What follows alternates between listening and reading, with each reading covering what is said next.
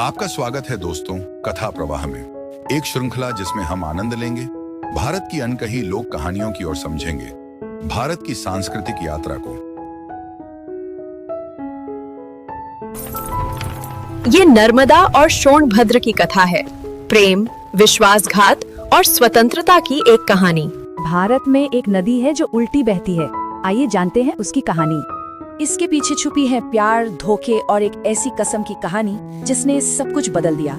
ये नदी है नर्मदा, इतनी पवित्र कि कहते हैं इसके दर्शन ही काफी हैं। इनके जन्म की भी दो कथाएं हैं। एक कहती है वो शिव के पसीने से जन्मी, दूसरी उन्हें राजा की बेटी बताती है। कहानी में आते हैं राजकुमार सोनभद्र। एक शाही शर्त जीतकर उन्होंने नर्मदा का हाथ मांग लिया। नर्मदा उनसे मिलने को बेताब थी, तो उन्होंने अपनी सहेली जुहेला को एक संदेश देकर भेजा। काफी वक्त गुजरा पर जुहेला लौटी ही नहीं।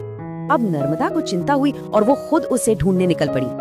और वहाँ उन्होंने जो देखा, उनकी अपनी सहेली जुहेला राजकुमार सोनभद्र की बाहों में थी।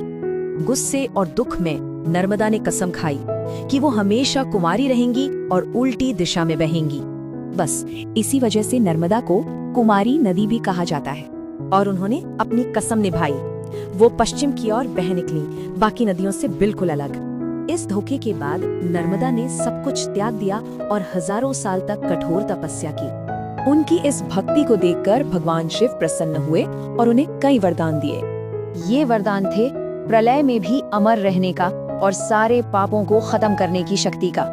इतना ही नहीं, उनके तल का हर पत्थर बिना प्राण प्रतिष्ठा के पूजनीय शिवलिंग माना जाता है। कहते हैं जो पुण्य गंगा में नहाने से मिलता है, वो नर्मदा को सिर्फ देखने भर से मिल जाता है।